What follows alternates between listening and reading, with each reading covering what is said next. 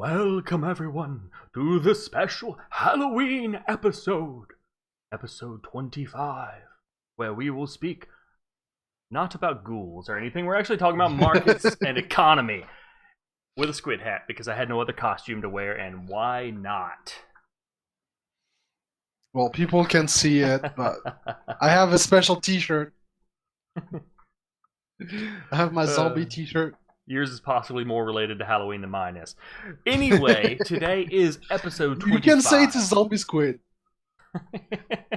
We have officially done 25 of these, at least once this one's over, not counting other shows that we've done. So thank you everybody who has come along with us.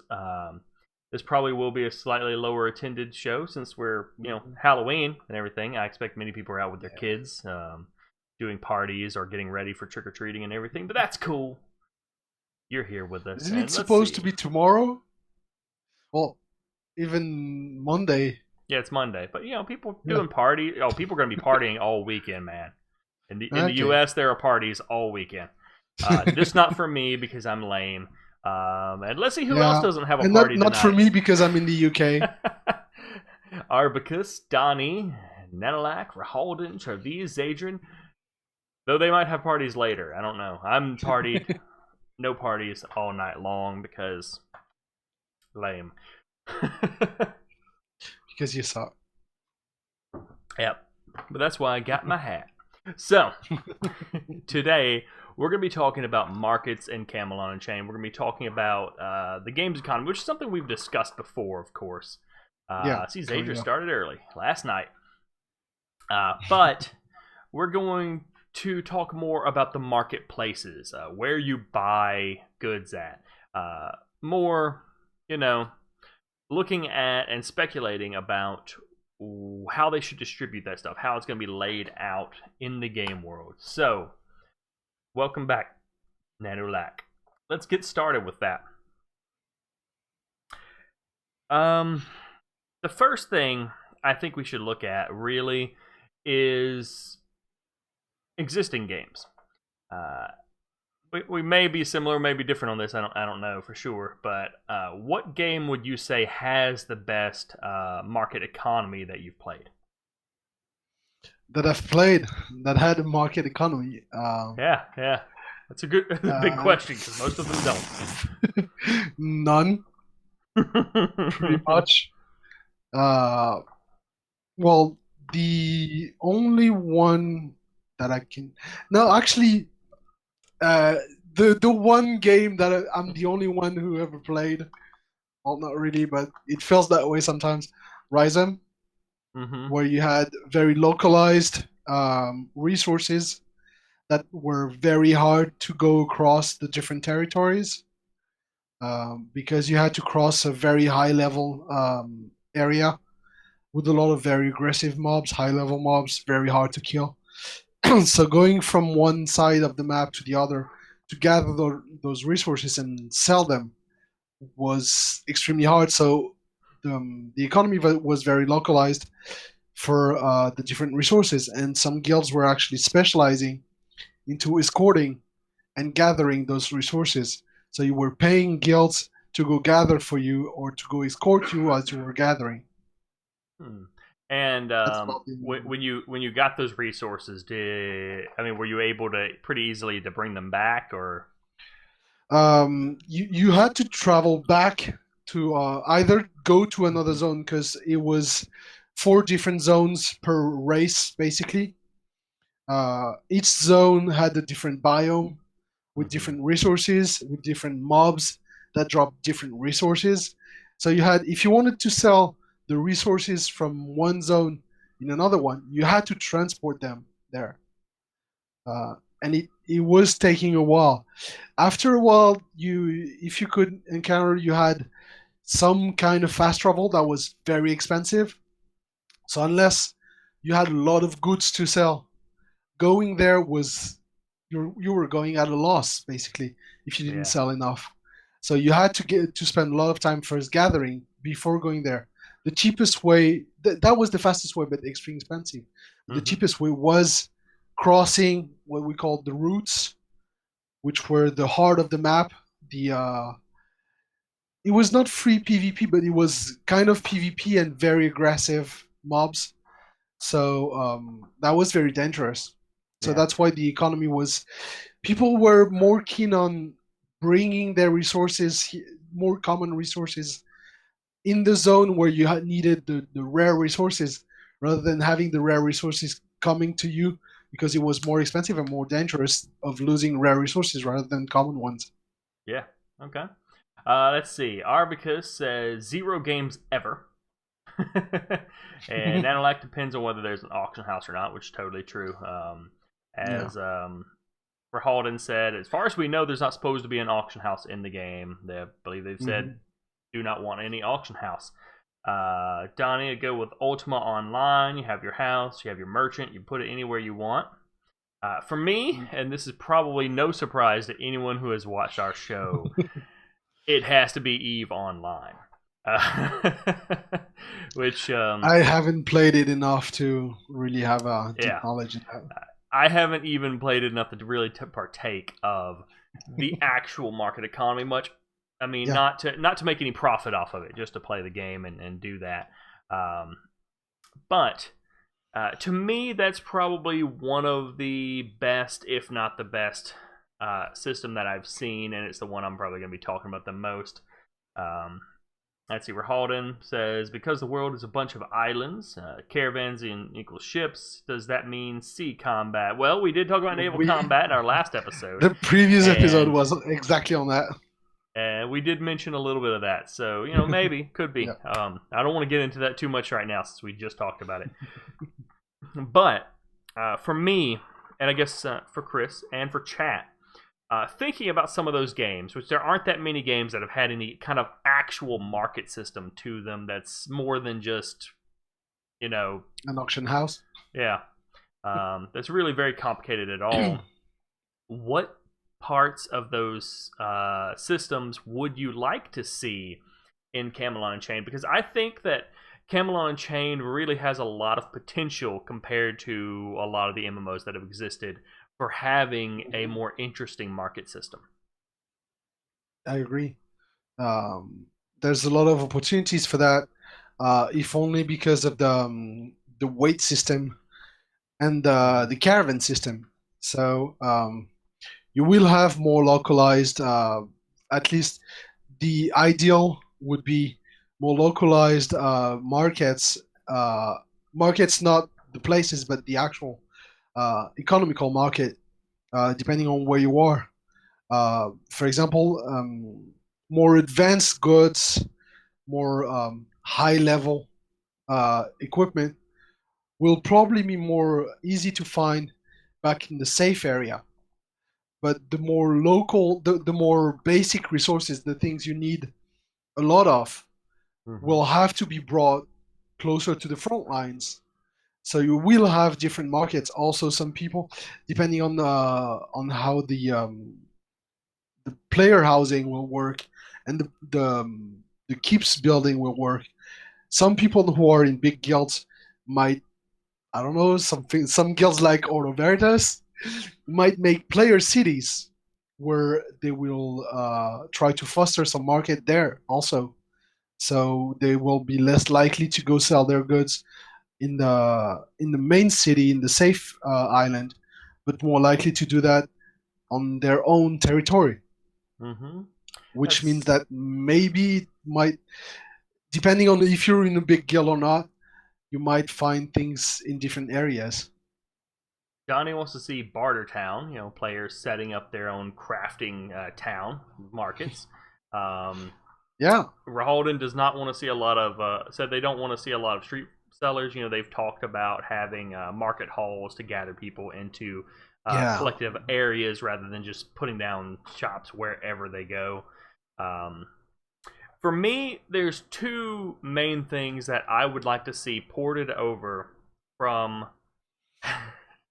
from EVE Online into Camelot Unchained. And I don't think it's too crazy or unrealistic, but I think these two things, just two things, moved over from that game to Camelot Unchained could really enrich the experience for Camelot Unchained, especially for crafters and for even non-crafters, for combatants.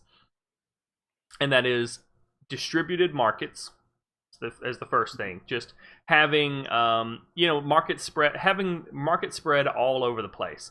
Not necessarily everywhere, but you have your safe town, which has a market area there. Then the other players have built the major crafting town that's kind of further out in the combat area, but it's not way out on the frontier because you don't want it to get sacked and burned to the ground.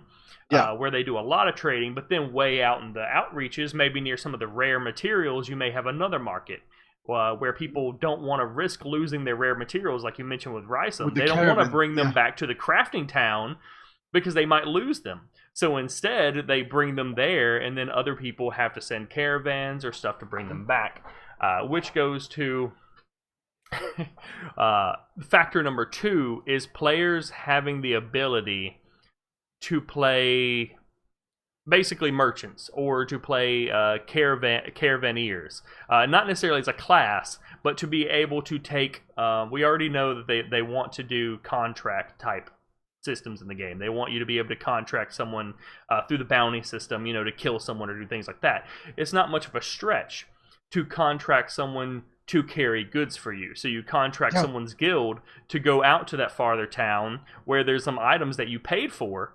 They go out there, they get them, and then they guard the caravan all the way back. They set up a caravan and they guard it back to bring you the goods. I would like to see those 2 things, I think, is the main things that I think could really help to enrich the game. Because one, they create more PvP targets out in the frontier areas. Caravans. And 2, it gives combatants another role too. I mean, they can just go, instead of just going, I'm going to go PvP every day, people can go, well, I want to be like a merchant guard, so we set up contracts with these different guilds and crafters, and we go and ferry goods back and forth, and that's what I do all day, because that's what I like to do. You might have guilds specializing in that, honestly. Yeah, there's tons of people in EVE that's what they do all day long. I mean, they go from place to place, and they ferry goods. The brain sucker is not dying of starvation. It is perfectly fine. Has plenty to feed on.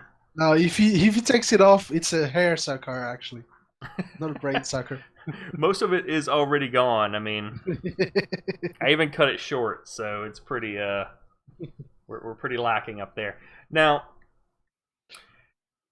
one thing, we really have kind of talked about the same sort of thing, both in Rysum and for EVE Online.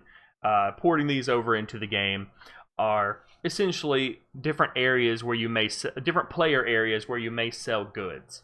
Yes. The question for me comes down to, will the game be, and do we want the game to be, vast enough to actually warrant that? Because yes. because the short answer is yes. There's a different, because there is a key difference between like supply lines that go from keep to keep and carry goods versus having the map be truly big enough that you can't possibly always bring those goods all the way back to the safe zone to sell them. You have to sell them out there, or you're going to spend hours or maybe even your whole day carrying goods all the way back to town. The thing is, I'm not 100% sure because it's been a while, but I remember them saying that they don't want the starter city to become a dead zone a few months into the game, if not a year into the game. So they will... Well, we know the caravans will move faster than somebody on a horse with full weight on him and on his horse. So there's that too. Making a caravan will have its perks also, compared to just ferrying your goods in your backpack and going and running home. So the map needs to be big, but that means also that the caravans must be faster. The fastest way to transport heavy goods, basically. A full caravan but there would do need to be faster than the same weight on everybody's backpack with a speed boost. It has to be faster than that. Well, I would agree that the caravan should definitely be the quickest way to move things. Yes. But you don't want to leave the caravans out on their own unprotected. So even if you're using caravans, you can still have people that are contracted to be responsible for the caravan. And if the caravan's lost, then you're not going to use them. Yeah, but they did say also that you will have NPC operated caravans with a set route. Yeah. That means that it's easily predictable and attackable. But you can have player set caravans that take a different route every time and can be protected as well. So that's that too, and that helps people specialize in that. Yeah, Donnie asked how you can defend a caravan if it moves faster. I don't think he's saying moves faster all the time, just if you're carrying lots of heavy crap, like supplies. Yeah, what I meant was people who follow a caravan cannot be at full weight in their carrying capacity because they will move slower. Yeah, you'll be encumbered. So the caravan, you will be encumbered, and the more you carry, we haven't had any specification on that, but I think the logical way would be the more you carry, the slower you move. I think they up have until suggested you're overweighted where you cannot move at all. But that would mean basically if you're guarding a caravan, you have to put your goods in the caravan as well. You have to be at your lowest carrying capacity to be able to move as fast as the caravan. Well, I mean, we don't know for sure if the caravans are going to be, faster. But they have to. They should certainly be fast. Let's see. Skylar honestly thinks it solves itself because other people on the front lines don't want to go all the way back every time either. So closer to the front line is lucrative. And that's kind of I guess goes to the root of my question.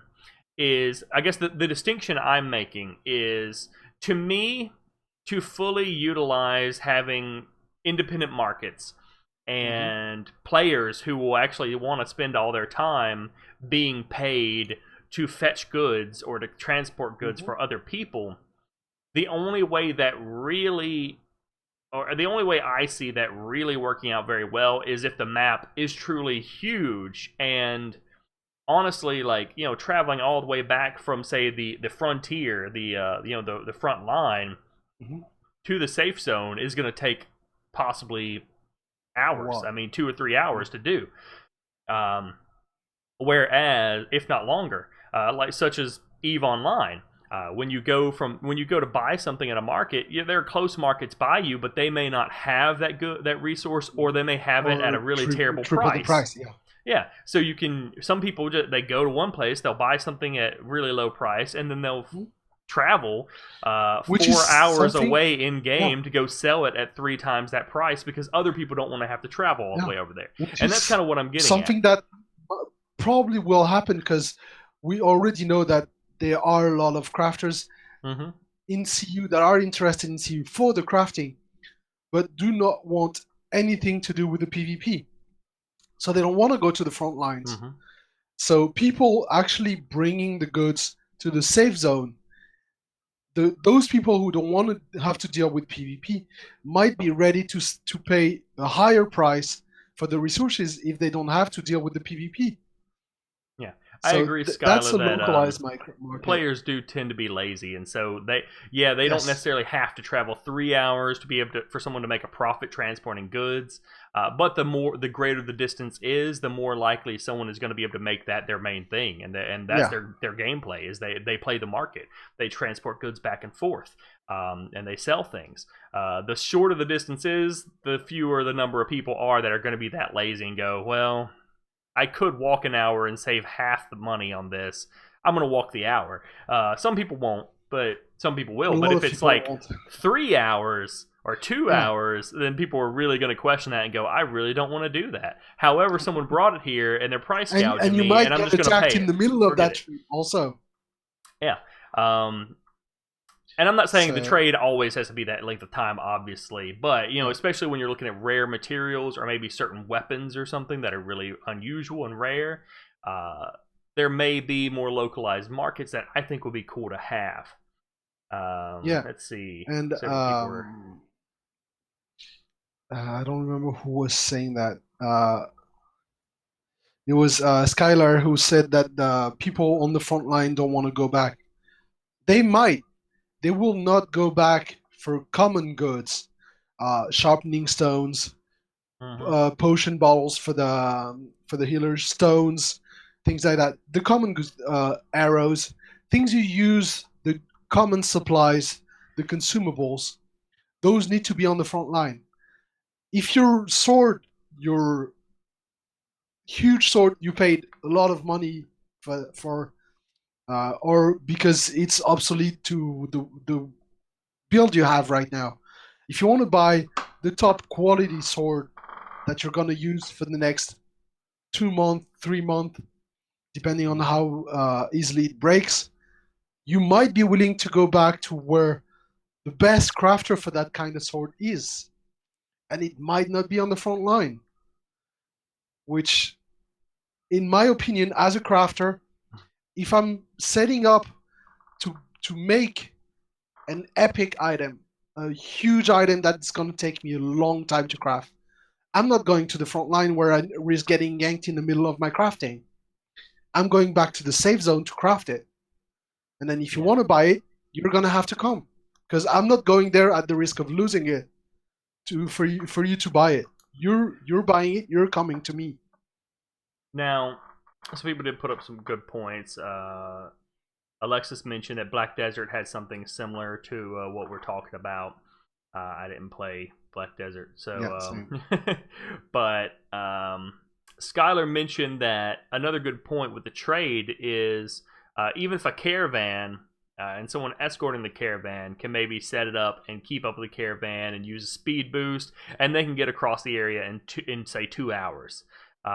Someone on their own, are they really going to be able to pay someone traveling on their own? Are they really going to be able to pay a bard to go all the way across the world with them to go get an item? It's going to take them longer. That's the point, to go solo. And you're going to transport a tenth, or even not even a tenth. I actually mean for buying. Oh, for buying. You know, and we're talking about the markets and people shifting stuff around to sell them. Someone who wants to buy something, they could be even more discouraged from going to a more remote place to buy it and buying it locally instead, because they're going to travel slower than someone who's prepared to transport things. What would stop me as a crafter to just go to the front line and craft there because the money is there? Because you're going to get killed. Because the front line is something that is going to be constantly moving back and forth. And you still need supplies. And you still need the supplies. Someone has to transport the supplies. If you're crafting an item that is going to take you a day to craft, and you get ganked in the middle of that and lose everything, your vox that you're going to need to repair, your materials that you were using for the crafting, and the time spent already crafting the thing, the risk versus reward is not worth it if it's for something that's worth a lot of money and costs a lot of materials. Yes, for arrows, for things like that, I'm going to set up my vox right at the closest keep to the front lines and craft there and sell there, because that's easy to craft, that's fast to craft, and that's in constant demand. Equipment like armors and weapons, those are things that are more durable and that are not worth going to the front line to craft, in my opinion. Yeah. Now, what I was saying about speed, also Rahalden made a comment I wanted to add to that, which is we also have the dynamic world with everything broken into islands and everything. So that's going to slow down transport even more so for someone who's not specialized in or focused on transporting goods back and forth. Which was, I guess, just what I was getting towards. I have to agree with you. I think there are going to be good reasons why a crafter would go to the front line to craft, and there are certainly some things you will want to craft out there. But those are mostly going to be things that I think you'll be able to carry the materials with on you. If you go out to the front line, you're not necessarily going to have an abundant supply of rare materials to make rare items, or things like that. So that's where these transport type people would come into play, because even if you move out to the front line or close to it, you're still going to have somebody to bring you materials, or you're going to be spending a lot of your time going and getting materials. Let's see. And you're right, Skylar. I mean, people can people's storages can be destroyed if people are selling goods way out on the absolute frontier. Their goods are at risk. Yeah, that's just a part of the game. Now that's where, as Donnie mentions, we need Barter Town. I guess what I'm arguing for is I would like to see the map be big enough that you can have multiple barter towns. They don't necessarily have to be on the absolute frontier, but on the far left side of your kingdom, you've got one barter town. On the far right side of your kingdom, you've got Master Blaster's barter town. And then, of course, you've got the safe zone way back in the back line, where a lot of people do trade as well. And I think that was a good point that Kriss brought up. Which is, what does this do, though, to the safe city? I mean, if we have these other areas out near the combat areas, because what does this do to the safe zone? Because one thing that, if the map is big enough, depending on how big the map is, if the map is big enough, then by and large, entire guilds may mostly stay in their area. You know, they may go to the far western corner, and they may stay there every day and never go back. And try to hold all their stuff there. Build their own city and stay there and not even bother with the main city. Yeah. So that's going to be hard for them to keep that city alive. And that's the problem a lot of games have. I mean, how do you keep people, especially when travel is such a problem. area, How do you keep the starter area from being in no man's land? It is the safest place to trade, but do you really want players to have to go back there just to trade? That sounds like a pain in the ass. I mean, Swazi asks, and it's worth mentioning. Just wanted to clarify: has there been any info about losing your loot if you're killed, like what you're carrying? Individually, we don't have any info. For the caravans, we know that you're going to lose the loot, the stuff you had in the caravan, unless we insured it. We don't have a lot of information on the insurance part of the thing, but you're going to lose whatever is in the caravan that hasn't been insured, or even part of what's been insured, depending on your insurance policy. And the attackers will not directly loot what's in the caravan. They're going to receive some loot proportional to what was in the caravan in a different way. We don't know all the details, but we do know that if the caravan is attacked and taken over, you lose everything you had in there. Now, I'm pretty sure they did say that players don't lose items on death. The items, no. The degradation the materials of quality, probably. But I'm pretty sure they say, at the very least, you don't lose gear. I know they did say that. You don't lose gear. I don't know about things you're carrying, materials, like supplies and stuff. You might lose the materials you were carrying, because that would make hunting crafters pointless if you don't make them lose their loot when you kill them. The unrefined materials, maybe the refined one can stay, but the unrefined, the ones you just gathered, if you're killed, they should be either dropping for the others to take, or just disappearing from your inventory. Let's see. I know, Rahalden, that there's no player loot upon death, but that doesn't mean that you cannot lose the stuff you had in your inventory. We know that the gear and the weapons are not going to be dropped on death, but you can actually, we don't have any info, but they could make the unrefined good disappear, if not drop for the enemy. I'm actually thinking how to keep the safe city interesting. It would be a good topic idea at some point, because I think that's going to be a huge issue. I mean, we're kind of touching on it. Sure, they can force you to go back to train skills, but is that really going to keep the center city from being boring and empty? I don't think so, because then you're just going to walk in, pay your dues, get your skill training, and then walk right back out. They really have to hold people there for a little while to do that. So I think we could maybe do an episode on that at some point for next season, maybe. Let's see.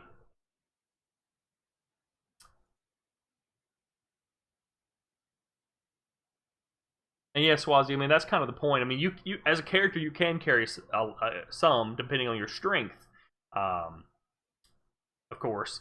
Yeah. But the We'll have a trade different caravans are really capacity. supposed to be, I think, the main way to carry goods across the world. Yeah. And you can have ones run by NPCs that just go and they do a preset thing, or you can potentially have players that, you know, entire guilds that guard your caravans, and that's what they do. And I think that's intended to be a part of the game.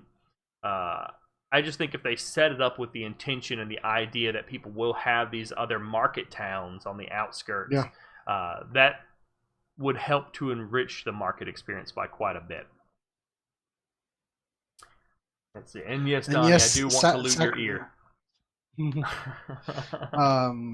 Sacrex, I as Kyler said, we know for the crafters, we know that a lot of the money that you make is gonna go into your rent for your stall, for your selling stall, your Voxen upkeeps, your Vox upgrades, just the general functioning of your Vox, and for the combatants. Um, I don't think you can make everything in house unless you have a really huge guild without any cost. Meaning that, for example, for your arrows, for your potions, for your stones, whatever, depending on the faction you're in, unless you have a huge amount of gatherer that will gather enough resource to keep your whole guild supplied for that, you will need to buy some resources, at least the basic ones. Then the crafting can be done in-house, but the resource you might have to buy from another one. Yeah, gold's gonna be. I mean, gold's gonna be gold. Gold's gonna be used for the same thing it's used in every MMO. You've still got to buy supplies. You've still got to buy gear. It's just the easiest form of transaction. It's a lot easier than trying to trade somebody, you know, iron ore for a sword. Or materials. I mean, sometimes a lot of times it's just easier to have gold. Plus, you can then, you know, buy things that are smaller that you can use to repair items or do whatever. You can pay NPCs to guard caravans. There's all sorts of things like that that you can do. You know, when this is, I've always thought, total aside, I've always thought it would be interesting to have an MMO where people can actually mine the gold that's in the economy, and that's how the gold is entered into the economy. But you know, it's also kind of crazy.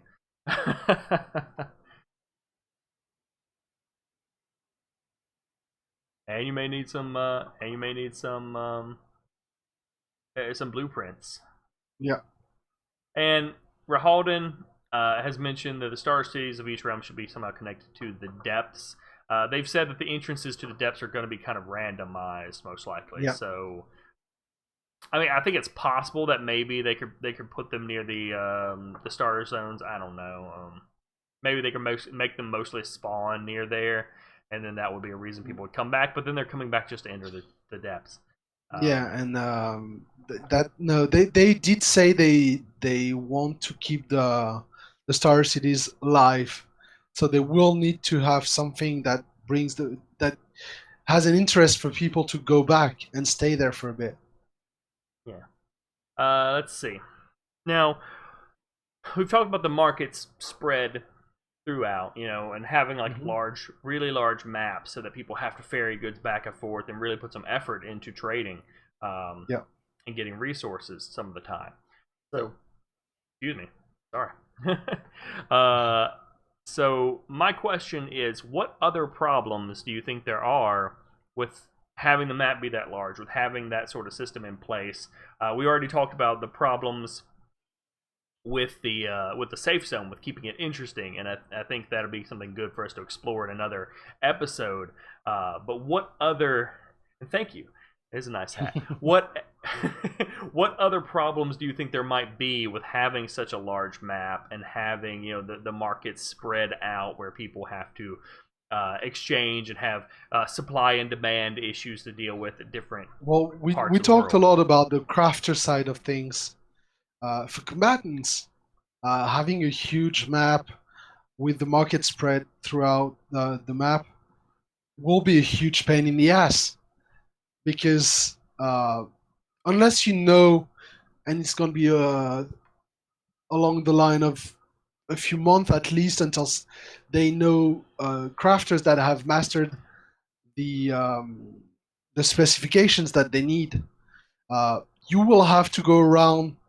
Either find somebody who made its vocation to go around and know who crafts what at what price, and then you pay them to go around and ask for you, or you're gonna have to spend quite a while going around and checking crafters to know who crafts what and how much they would charge you for the item you want to craft it.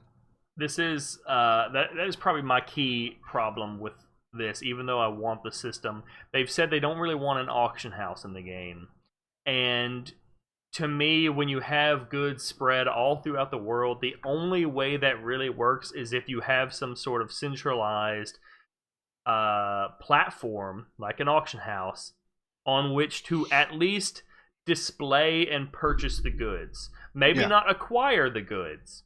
But for instance, Eve Online. The notice board, basically. To use Eve once again. In Eve Online, if I go in there and I want a certain gun for my ship, and the market I'm in doesn't have it, I can pretty much pull it up and I can see every market that has that and what price it's at. And what price it's at. So I can see, okay, here it's twice the price as that station like an hour away. And so then if I remember correctly, you can buy it there, but you have to go get it. You can buy it. You essentially submit an order via carrier pigeon, and you say, "Pigeon, fly away," and tell them I want to buy the thing, and then you buy it, and then you have to travel all the way over there to get it, or pay someone else to bring it over here to you, which is when I think this sort of thing works best. I don't know if they count that as an auction house. It's really not. No. But I don't know if they count that as like an auction house in saying that they don't want one. It could be something like a notice board, where an ad board basically, where you put your what you can craft and what skills you have in crafting, what items you're specializing in, what in general terms, what specifications you have, and then just give an average of the price you charge, and then people can contact you directly to see if you can make whatever they need made. Yeah, and as Rahalden just said, we brought this up on the economy episode we did months back. Path of Exile didn't start with an auction house, but it wasn't long before a private website put everything up on there, and that's what's going to happen. Even if they don't have an auction house or a notice board or something, someone's going to have a website and just say, "This is where all my stuff is."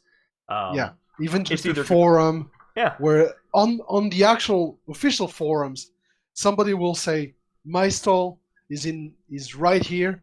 I'm selling that, and that for that price." That's why I think people will start doing the same, and then somebody will make a website specialized in that. Yeah, I think the ideal solution there is just to have not a true auction house where you can buy it and it ships it to you and you don't have to do anything, but to have some sort of notice board where you can at least see where the goods are and how much they cost, and possibly even allow you to purchase them but then have to go get them. Of course, the problem with that is they want to foster the crafter interaction with people. So that's kind of hard to figure out how to do that, but still have a system that isn't just a huge pain in the rear. Rahalden also said another problem with a large map is the lack of points of interest. Special resources, defined roads, and that's kind of where. Well, I wanted to say that's kind of where, like I said, if you have a truly large map, many people may just stay in their one area. I mean, they may stay up here and they fight for this area, this island or this couple islands, and that's where they bounce back and forth and fight every day to try to capture new islands and stuff. Again, yes and no, because um, because crafting, to be fair, because resources, all resources are not going to be found in the same place. You will have to travel to find that specific material you need for those weapons or for those armors that needs to be crafted. And for that, you will have to travel the map because the resource bubbles are going to be spawning randomly also. They might make them per region, but even inside the region, you will have to find them before you can harvest them. So you will have to move around to find them. And then you have the places of powers also. In a huge map, as long as the ratio, size, number of places of powers is consistent and in big enough, you will still have enough point of interest everywhere on the map to go and have people not just camping in their own small city and then all moving in a death ball to the next season and to the next season and to the next siege. All right, let's see here. Let's see. We have Nanolac thinks localized notice boards for wares would be good. I could at least see something like that. I still think you would need some sort of long distance way to at least know where the goods are, or people are going to start using a website of some sort, and then that kind of defeats the point of a lot of other stuff. Yeah. If people just have to go outside the game to do it. Localized can be relative. Yeah, if it's it localized could be regional as well. Within, let's say, localized within an hour travel, and then you have central in that, you have the notice board. I'm fine with that. Too localized, it still makes it as complicated as having just to go to each individual stall. Yeah, and one thing they can do that I just thought of is they could have like a notice board that shows the items and the prices all over the place. But you can't actually buy it that way. But what you can do is maybe you can buy it through mail or message. So you can message the crafter and then go, hey, I want to buy your thing, and then you can do some kind of a long range transaction that way. So then they still have the direct contact between crafter and person. Again, the only problem with that is though that means the crafter has to be online for you to buy their stuff. Yeah. Or you can, if you have offline messages. But I'm just put saying. A mailbox. They've said mailbox in the stall. They want to have the crafter interaction with people in buying stuff. So if they really hardcore want to maintain that, then they could at least require people to be online and message each other. And then on the message board, you have to have a notification that the crafter is online or not. Yeah. That's the only solution then. People are talking about Cube. I'm not going to get into Cube in this episode. But let's see. Cube.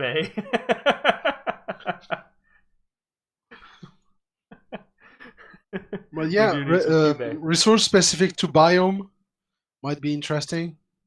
But per zone, basically, making them available per zone is more interesting to me. Yeah, Swazi. I mean, they could have a depot system where if you want to send something, you throw it on a caravan, it would show up in the next town later. I mean, that's kind of what we're talking about. Just with people either hiring MPC caravans to do it or paying players to go and get their stuff. I mean, I guess it depends on how rare the item is and what kind of area you're in, whether you want to risk the NPC caravan. Honestly, even better, in my opinion, is the bond system. You want to buy something that is really far, you make a bond that allows the crafter to be paid right away, so you can't scam them out of that, or deposit the bond so that the crafter, the moment he finishes the crafting of the item, gets paid, and then you have to either pay somebody to go get it from the crafter and bring it to you, or ask the crafter to put it on a caravan and bring it to you at the risk of losing it if the caravan is attacked, or just go get it yourself later on. Yeah. Let's see. Ventinos likes the EQ style of crafting. Resources are specific to locations. And I think, by and large, that's going to be the case. I mean, the different resources are going to at least have an affinity, I think, to spawning in certain areas, which will require people, the crafters, and people helping them gather to go out and to all kinds of different areas just to get those stuff, to get the different resources. And of course, non-crafters will be able, combatants will be able to gather certain things, not the rarest basic items, ones. But you'll still be able to gather basic materials that you can then, bring in and sell to crafters. Make a corner on the side. And, you can help out a little bit. Let's see, Rahalden. Another solution would be all trade lines end in the starter city, and the fastest connection is always to the starter city. So if you want to buy something, let's be in the starter city. That's possible, but again, that completely removes any remote market system. I mean, then no one's transporting goods. No one's. I mean, I guess you could still pay people to transport goods to the starter city and to protect them most of the way there. But they've said that they want players to build towns and stuff to have their own markets, and I mean, I guess they still could stop halfway and sell stuff, but if everything's moving all the way back to the starter zone, I still feel like if people are either going to build in the other cities or find some other reason to not need the starter zone. But I agree. I don't think it's necessarily a terrible idea. I just have to think about it. I don't know. I think they're one of their main challenges, if they really want to keep the Star City alive throughout the game, is finding a reason for people to go there. Yeah, that's another episode. We're talking about markets. Yeah. And crafting, apparently, because we've gotten into just talking about crafting in chat. I think Skylar thinks a lot of crafting will be custom made on demand anyways, and I think you're right about that. A lot of things will be, especially a lot of the late game, like rarer things, will be custom made. They'll be made on requirement. I think it's mainly going to be a lot of earlier game stuff and a lot of things that are consumables, like ammunition, potions, stuff like that you're going to be buying, more in stock supply stuff. And for crafters, I think they're going to be buying a lot of mats that obviously are not custom made because they're mats. Yeah, Bunny has a good idea on keeping the Star City alive. Is a bank that cannot be looted rather than a storage anywhere else that can be destroyed and looted. Yeah, but again, I mean, then you go into the town to get your stuff and then you get out. So, or you some people craft there, but that's about it. I mean,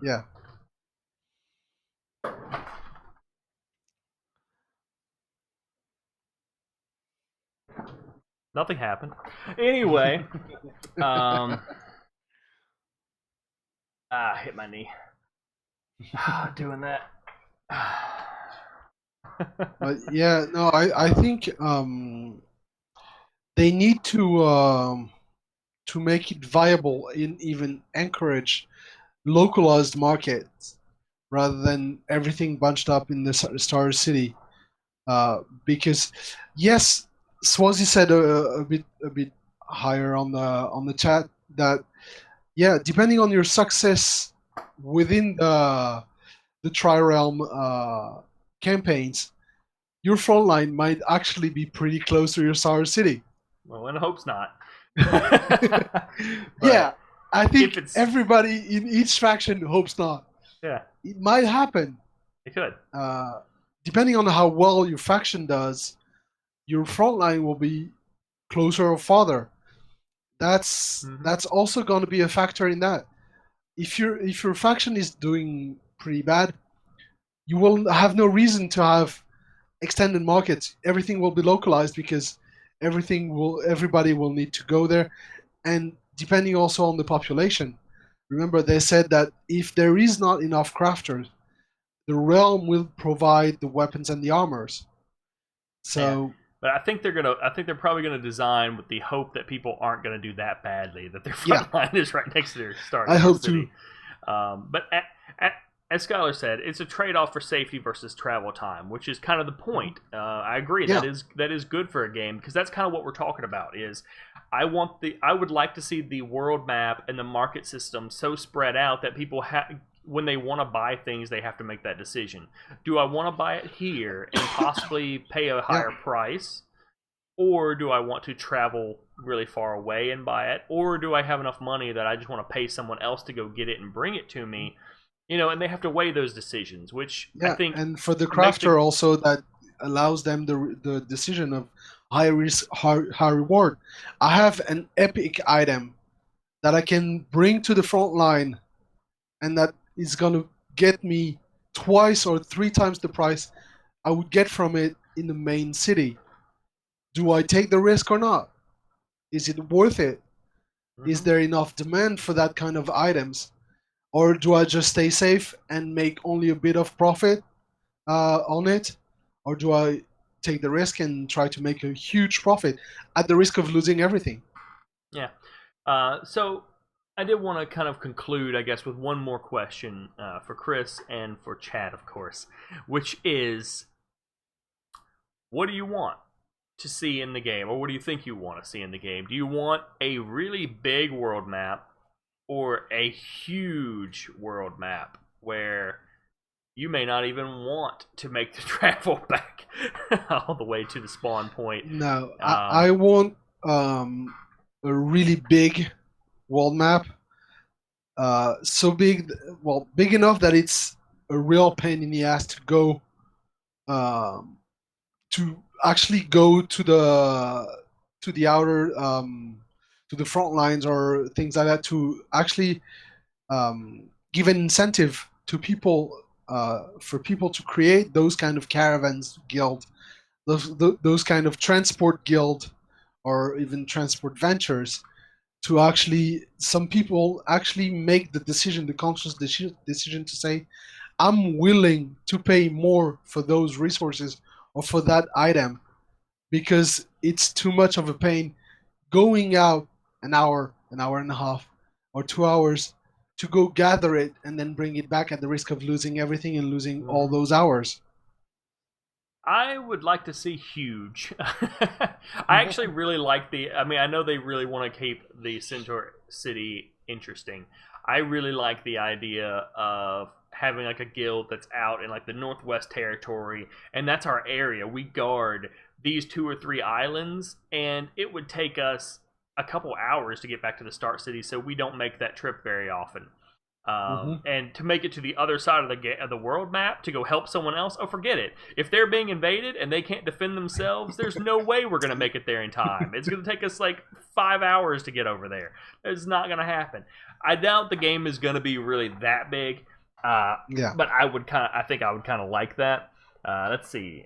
Fantanos says huge, or huge. Skylar would like big, but not huge. Rahalden would also like it to be big. And there are some concerns with if it is too huge. Like the starter city, probably dead. Swazi wants the map big enough where you can have a camp, and it's actually really hard for people to find it, which again is a good thing about it. The bigger the map is, the harder it is to find things like caravans. But if it's too big, that is also kind of a problem. So, and I agree, Skylar. We all definitely have different ideas of what huge is. Yes. It's more a point for discussion and to just see what we're looking at. But I do want to thank everybody for coming and hanging out with us and talking about markets with us. So, for our 25th episode, we are now a quarter of a way to 100. And even better yet, you have reached the creepy Halloween episode. Ooh. Creepy voice aside. He did lose the hat, though. Yeah, I did. I threw it at my wife. You have it is Halloween weekend, so I hope everybody has a good Halloween weekend. And this will, of course, be on YouTube, so feel free to check it out and like the channel and subscribe and maybe watch some of my other videos and stuff. And we will have one more episode at least for this season in 2 weeks, and so we will hopefully see you there. I'm expecting it will be a roleplay episode on different features that they can put in the game to add to the game's immersion. So hopefully see you there.